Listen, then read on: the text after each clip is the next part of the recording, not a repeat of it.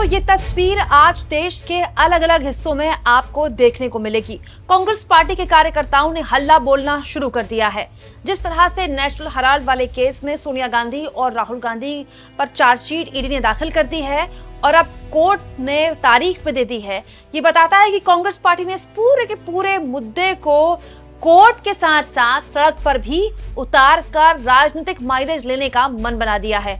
आज बड़े स्तर पर कांग्रेस के न केवल सोशल मीडिया बल्कि कांग्रेस के दफ्तर में कार्यकर्ताओं का हुजूम है और तमाम बड़े नेता पार्टी दफ्तर जुट रहे हैं और मोदी सरकार में, केंद्र की मोदी सरकार पर हमला बोल रहे हैं और ये कह रहे हैं कि जब जब मोदी डरता है पुलिस को आगे करता है। जब जब मोदी डरता है पुलिस को आगे करता है। जब जब मोदी डरता है पुलिस को आगे करता है। ईडी के दम पे ये सरकार नहीं चलेगी, नहीं चलेगी। ईडी के दम पे ये सरकार नहीं चलेगी, नहीं चलेगी। तो बड़ा सवाल यह है दोस्तों कि इस पूरे के पूरे मसले पर क्या कांग्रेस पार्टी वो राजनीतिक माइलेज ले पाएगी जो इंदिरा गांधी ने लिया था? क्या राहुल गांधी इस केस के जरिए कांग्रेस में एक बार फिर से वो जान फूंक पाएंगे जो इंदिरा गांधी ने फूंकी थी? दोस्तों ये तो अपने आप में सवाल है ही, लेकिन पूरे के पूरे मामले को लेकर एक लेटेस्ट अपडेट आया है। तो पहले मैं आपके सामने वो अपडेट रख देती हूँ। ईडी ने जो चार्जशीट दाखिल की है इसमें आरोपी नंबर 1 बनाया है सोनिया गांधी को और आरोपी नंबर 2 बनाया है राहुल गांधी को और विशेष अदालत में 25 अप्रैल को चार्जशीट पर संज्ञान लेने का फैसला भी होगा। मतलब 25 अप्रैल को विशेष अदालत ये फैसला करेगी कि चार्जशीट पर संज्ञान कब लेना है, यानी कि अब तारीखें आनी शुरू हो गई हैं। अब 25 अप्रैल का दिन बेहद ही महत्वपूर्ण है। क्या 25 अप्रैल को राहुल गांधी को बुलाया जाएगा, राहुल गांधी जाएंगे? अगर 25 अप्रैल को नहीं होगा तो वो कौन सा दिन होगा जब राहुल गांधी को बुलाया जाएगा? दोस्तों इस केस में राहुल गांधी और सोनिया गांधी से ताबड़तोड़ कई बार पूछताछ हो चुकी है, घंटों पूछताछ हो चुकी है लगातार, और इतनी लंबी पूछताछ अपने आप में बहुत बड़ा मुद्दा भी बनी थी। लेकिन तब मामला अलग था और अब कांग्रेस पार्टी के अंदर जो ऊर्जा है 2024 के लोकसभा चुनाव के बाद मामला अलग है। तब राहुल गांधी की पॉपुलैरिटी उतनी नहीं थी, अब राहुल गांधी की पॉपुलैरिटी बहुत अलग है।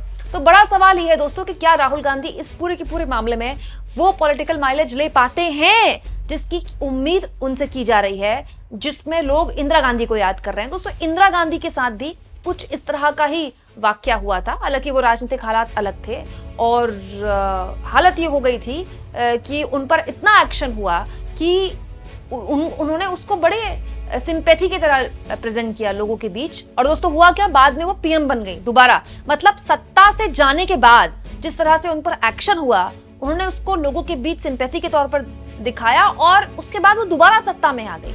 देखिए दोस्तों, मैं बार बार ये बात कहती हूँ, जब आप सत्ता में होते हैं और आप पर किसी तरह के भी आरोप लगते हैं, खास तौर पर भ्रष्टाचार के आरोप, तो आपको हो सकता है कि उसका नफा नुकसान हो जाए।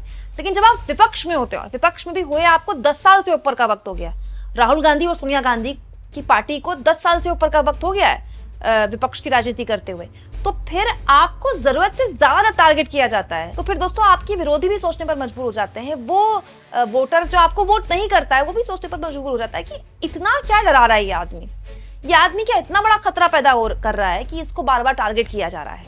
दोस्तों अब जो पूरी गेंद है दरअसल वो कांग्रेस पार्टी के खेमे में है कि वो इस मामले को कैसे पॉलिटिकल माइलेज दिला पाने में कामयाब रहती है। जैसे अब आप देखिए दोस्तों, इस वक्त जब कांग्रेस पार्टी देश भर में विरोध प्रदर्शन कर रही है, राहुल गांधी बड़े आराम से गुजरात में अपने कार्यकर्ताओं के साथ न केवल बैठक ले रहे हैं, किसी भी वक्त हो सकता है कि जिस वक्त मैं बोल रही हूं उस वक्त राहुल गांधी अपने कार्यकर्ताओं को संबोधित करते हैं।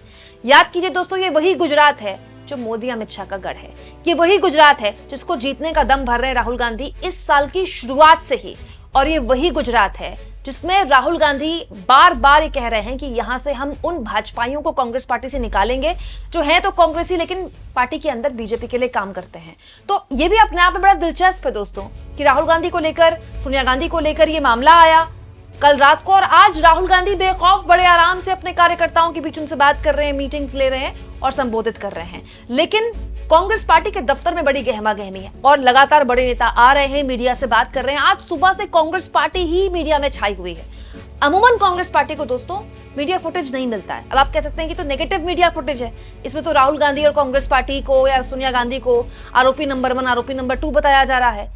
तो आज के दौर में मीडिया फुटेज मिलना ही बहुत बड़ी बात है, चाहे वो पॉजिटिव मिले या नेगेटिव मिले। दोस्तों राहुल गांधी और सोनिया गांधी के ऊपर जो आरोप है उसकी लिस्ट तो फहरिस्त सुबह से दिखाई जा रही है चैनल्स में, लेकिन अगर आप देखें दोस्तों तो इस तरह की विरोध की तस्वीरें देश के अलग अलग हिस्सों में या कांग्रेस पार्टी के जो दिल्ली दफ्तर है उसमें जो बड़े स्तर पर विरोध हो रहा है, उनकी तस्वीरें भी दिखाई जा रही हैं, जो कि अमूमन नहीं होता है। देखिए दोस्तों, कोई भी पार्टी, खास तौर पर वो पार्टी जो विपक्ष की राजनीति करती है, वो सड़क पर आंदोलन करती रहती है, लेकिन मीडिया उसको नहीं दिखाता। अब की मीडिया तो बिल्कुल भी नहीं दिखाती, पहले की मीडिया दिखाती थी, लेकिन इसके जरिए कम से कम वो मीडिया आपको फुटेज दे रही है, आपके कार्यकर्ता को सड़क पर उतरता हुआ दिखाई दे रही है। ये अपने आप में बहुत बड़ी बात है कांग्रेस पार्टी के लिए। वहीं दूसरी ओर दोस्तों, न केवल सड़क पर बल्कि सोशल मीडिया में भी अजब गजब तस्वीरों के जरिए कांग्रेस पार्टी मोदी पर हमला बोल रही है। जैसे कांग्रेस पार्टी के ऑफिशियल एक्स हैंडल से मोदी की ये फोटो पोस्ट की गई, जिसमें मोदी चेहरा छुपाते हुए दिखाई दे रहे हैं, लिखा है डरपोक। इसके अलावा एक और तस्वीर, नीचे ऊपर लिखा है पहचान कौन, नीचे 56 लिखा हुआ है, ईडी सीबीआई आईटी यानी कि इनकम टैक्स मुझे बचाओ। अब 56 इंच कौन किसके लिए बोलता है, मुझे आपको बताने की जरूरत नहीं। तो ये एक रोचक तरीका है। सोशल मीडिया से लेकर जमीन पर कांग्रेस पार्टी के आज कार्यकर्ता सड़क पर उतरते दिखाई देंगे। बहुत संभव है कि राहुल गांधी और सोनिया गांधी को अगर बुलाया जाए कोर्ट द्वारा तो फिर उतरते दिखाई देंगे, और ये कांग्रेस पार्टी को एक बार फिर से न केवल ऊर्जा में भरेगा बल्कि उनको एक वजह देगा कि वो फिर से सड़क पर उतरे। और जब भी कोई विपक्ष की पार्टी सड़क पर उतरती है, उसको उसका फायदा होता ही होता है।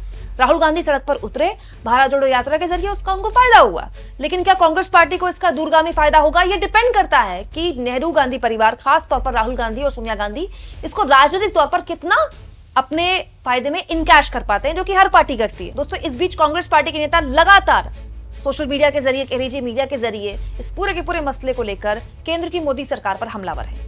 दोस्तों, फिर से नेशनल हेराल्ड को एक मुद्दा बनाया जा रहा है।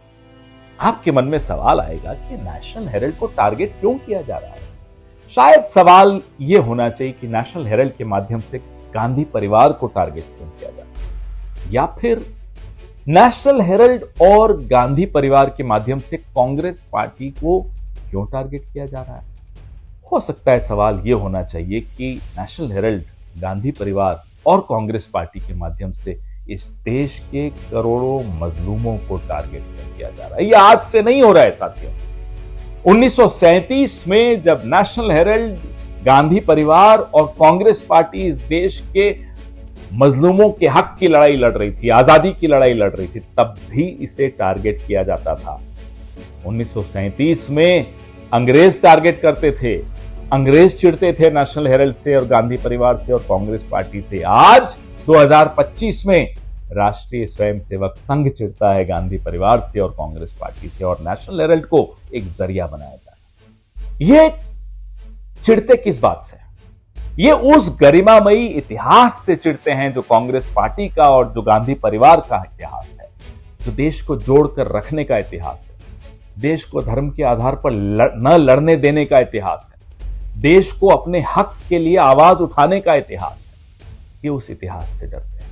वो इतिहास इन्हें चिढ़ाता है, वो इतिहास आईना बनकर इनकी असलियत दिखाता है। उस इतिहास को ये बदलने के लिए रात दिन 18 घंटे जागकर षड्यंत्र रचते हैं। मोदी जी, हमें मालूम है आपको दर्द क्यों होता है। वो एक गाना सुना था हमने कि चोट किसी को लगती है और दर्द किसी को होता है।